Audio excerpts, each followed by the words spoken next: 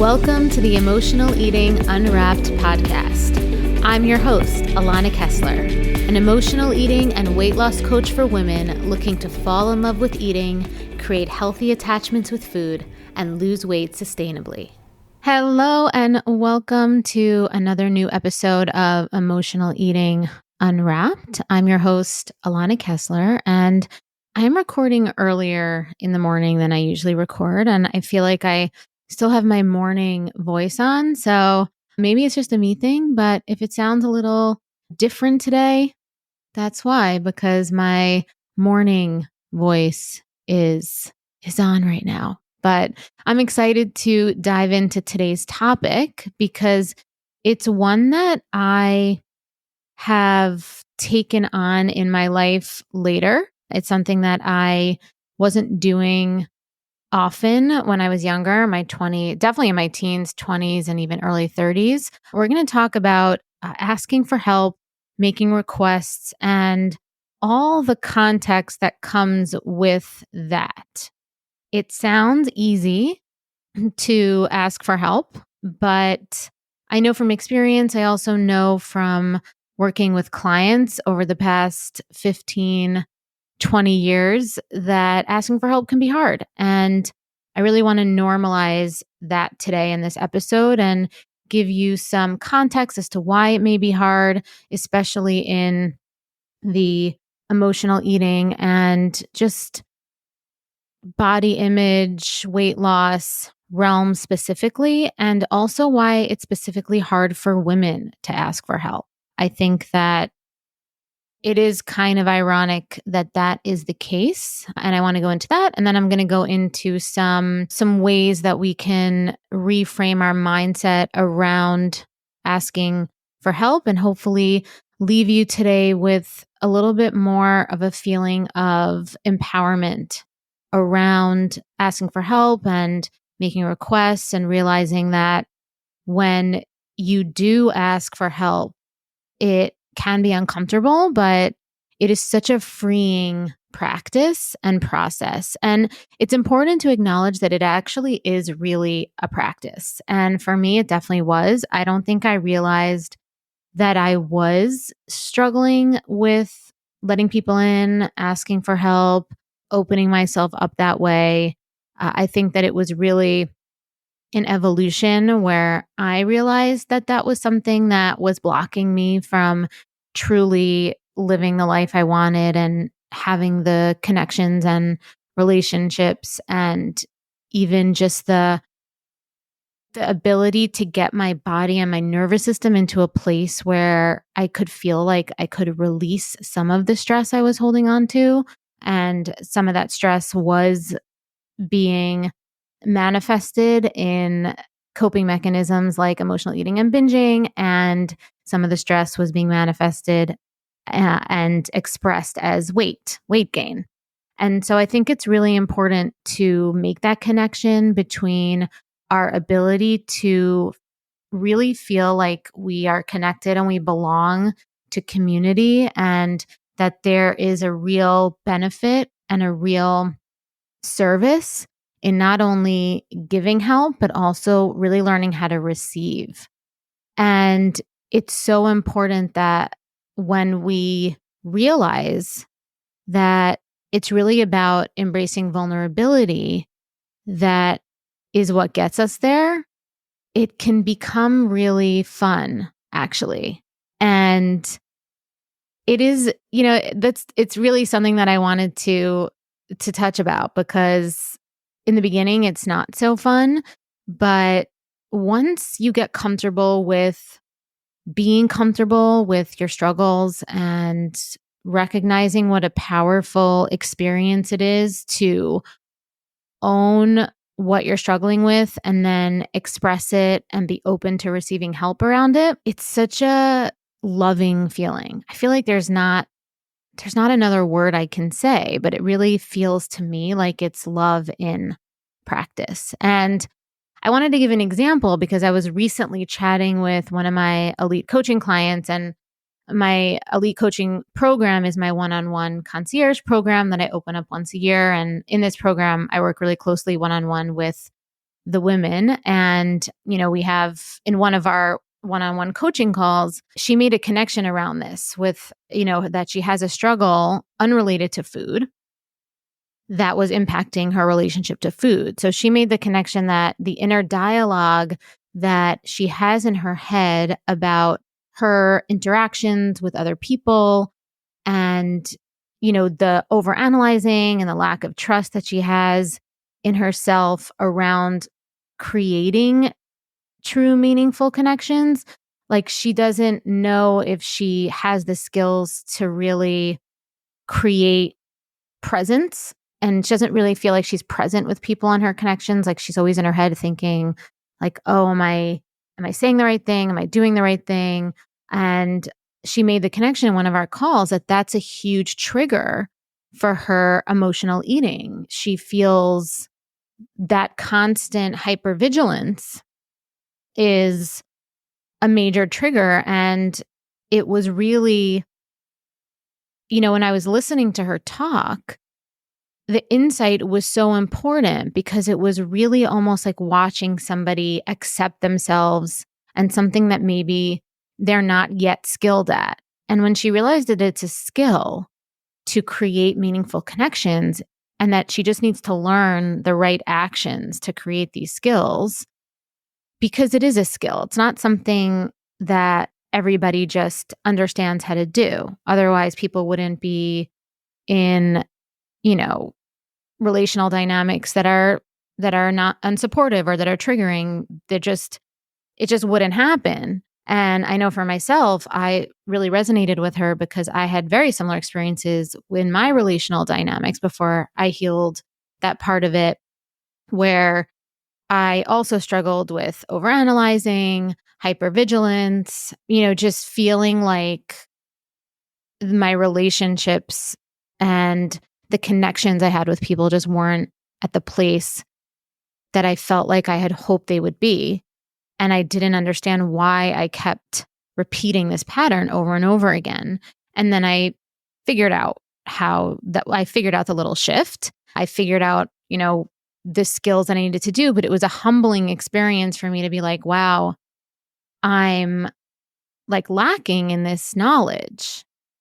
But it also was really freeing to know that all I needed to do was learn the knowledge. And so for this client, the insight was so important because now, instead of only focusing on asking for help with food, because that's so much of what happens when I work with clients, they think it's all about the food. And it's so not all about the food. Like, of course, I'm going to help her with food. I mean, clearly we don't gain weight and binge eat, and it has nothing to do with our food habits or eating habits. But a lot of our food choices and eating habits are influenced by how our nervous system and how we feel in our emotional world. And this is why it's so important to realize this and make this connection and not just make emotional eating and weight loss about the food part, because the food part is so intricately connected to all the rest of this emotional and energetic parts as well. And when we were in this conversation with my client, she literally had this emotional release because she finally felt seen, and asking for support around this vulnerable issue was almost like such a relief to finally not be holding this heaviness all by herself. And when we get into the habit of seeing struggles that we may have shoved under the rug because we thought they were too weird or crazy or unfixable to say out loud, when we start to see these as opportunities for healing, especially when we air them out and get support, like I said, that's when we can truly fly. Like that's when the healing accelerates. It's like we think it's about unlocking some magical meal plan or whatever, but really it's when we do this that the sky becomes the limit for reaching goals and creating the life of your dreams. And like I said in the opening, the thing is that asking for help definitely is not as easy as it sounds. And the skill that it often requires from many women and many people in general, but this, I work with women, so I'm going to just speak to women. The skill that it requires is the skill of receptivity. And in this day and age, it is difficult, right? In this day and age, it is a difficult thing to receive, to be receptive, to soften. It's not something that many women in the century, women that have come of age, become adults in the workforce and, are comfortable with. I know I am one of these women. I'm a like Gen X millennial, and I know that the narratives that I was given, which is great in some areas, which is like you could do it all, you could be everything, achieve, you're as good as men, you can do the same thing as men, the same things that men do.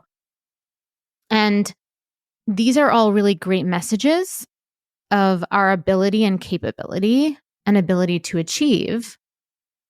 And sometimes when unchecked, it can overwhelm the other really great quality that women have and possess in more naturally than men, which is the softness and the receptivity. And so, especially in this day and age where hyper-independence is so prevalent and it's, you kind of wear a badge of honor of not needing anything from anybody or not needing anything or not needing anybody. And having that type of identity is almost like touted as a measure of self-agency. And I think that's a problem because it couldn't be farther from the truth that that is the way to be. And it's not helpful to live in that place of super independence. I don't need anybody. I could do everything myself. And I think the real self-agency and the real higher sense of self is admitting to ourselves and finding a way to be both a woman of autonomy and a woman of receptivity. But I think it's probably one of the hardest things to learn how to do, especially as an adult, when you've developed your identity around those other things for so many years. And that's typically the women that are in my world. They're adults and they're successful and they've lived in this certain way for so long, and it's gotten them so far in success in all these other areas. And now maybe, in their 30s, 40s, 50s even, they're starting to realize that there's this other side that was maybe ignored or just not trained up or not prioritized. And it's starting to express itself more than it used to. Because when we're younger, we can be more tunnel visioned. And it's just a different phase in our 20s, in our, when we're just coming into young adulthood. But once you get into your 30s, your 40s, your 50s, I'm almost in my mid 40s, so I'm like smack in the middle of this. You start to realize that a lot of the things you've shoved under the rug or just didn't even recognize or realize, this is now what you're struggling with. And it's usually not about food. It's usually manifesting in food behaviors or in weight gain, but it's usually not really about food. And I think that once you learn how to ask for help, like I said earlier, life becomes so much easier, so much more full, and so much more fun. But my sense is that one of the reasons why, and this is more than a sense, it was something that I struggled with, and definitely I hear from my clients and students that they struggle with, is that one of the fears around asking for help is that we're going to be viewed as helpless. But it's so important that we reframe that receiving help is not to be confused at all with helplessness.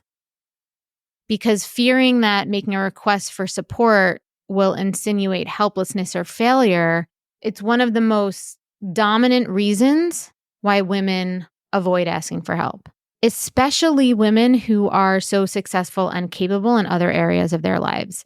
Fearing that asking for help is going to just kind of make them pathetic or helpless, just going straight there, is one of the reasons why they don't do it.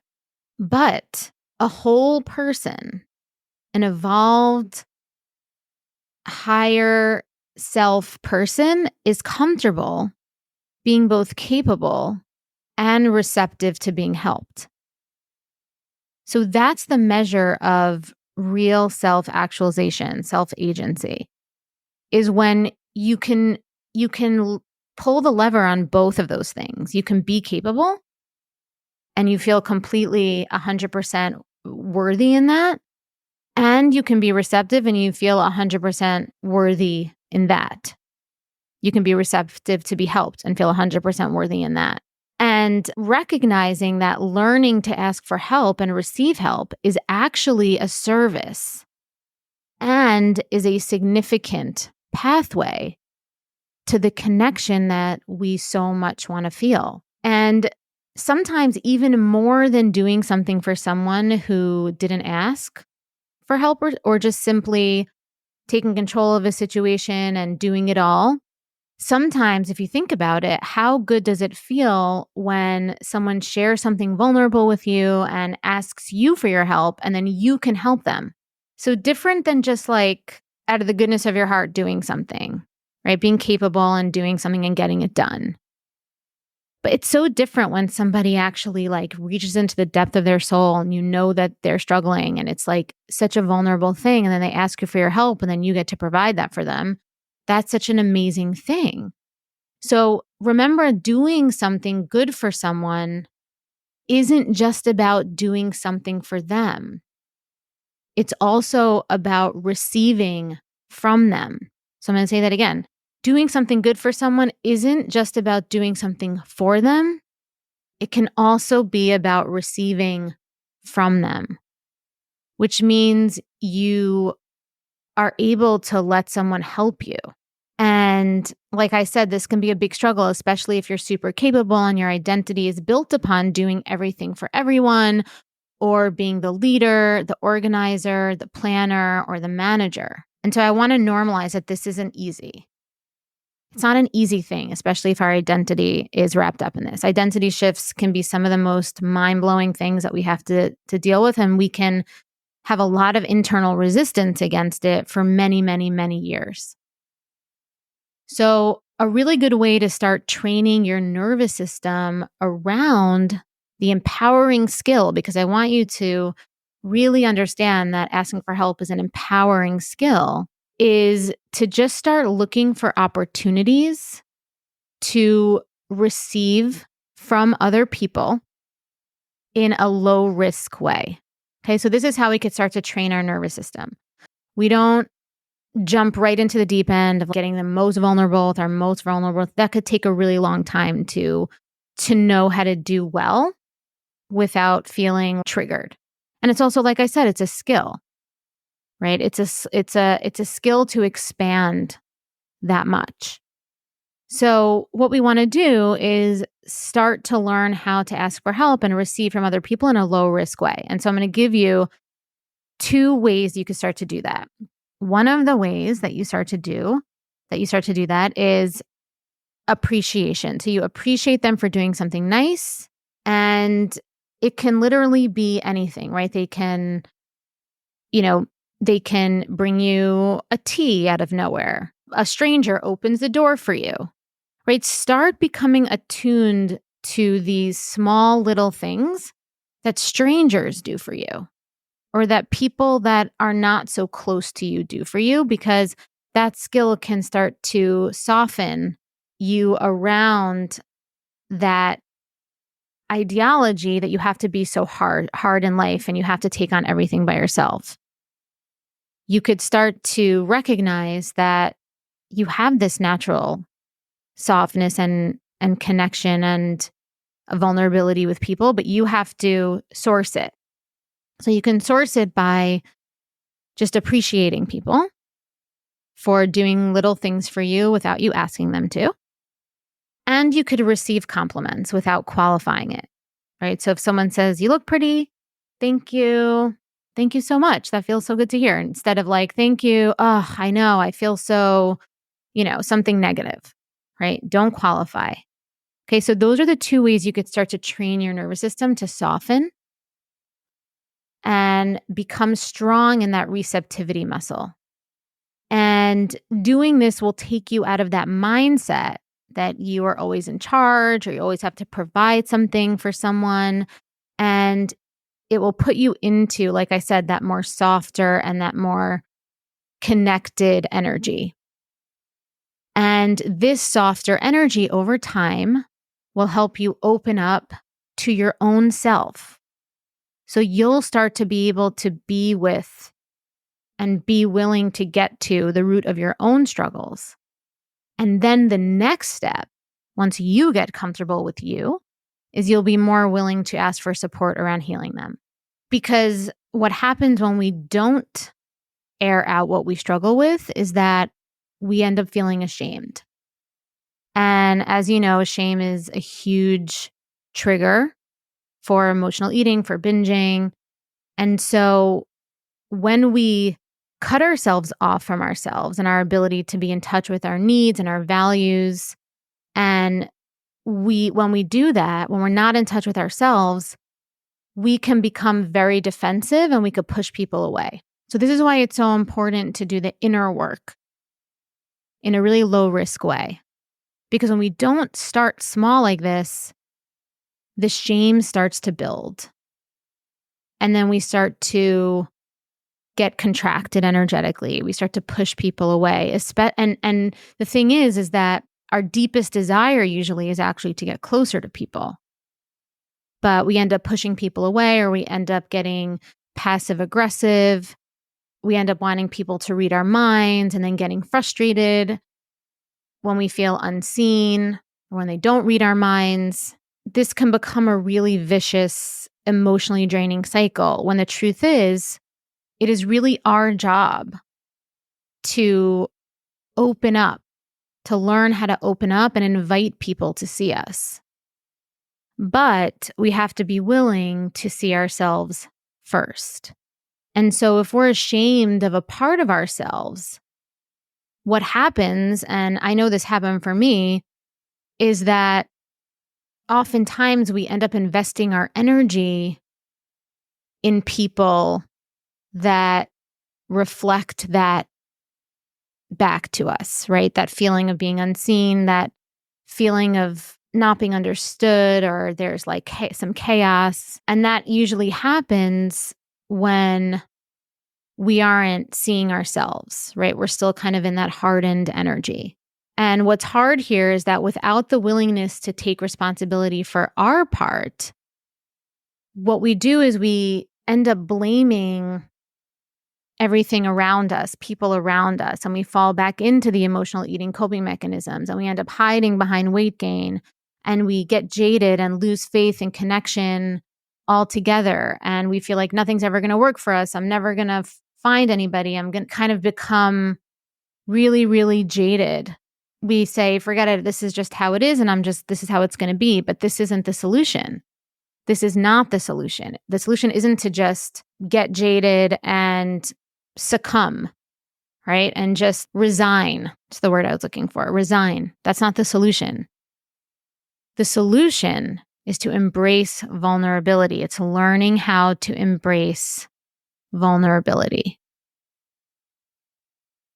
Okay. And when we embrace vulnerability, when we embrace our struggles, when we're willing to be with what's difficult for us, and when we start to realize that our ability to express and communicate that in a way that invites people to help us and collaborate with us to get these needs met, this is where the magic happens.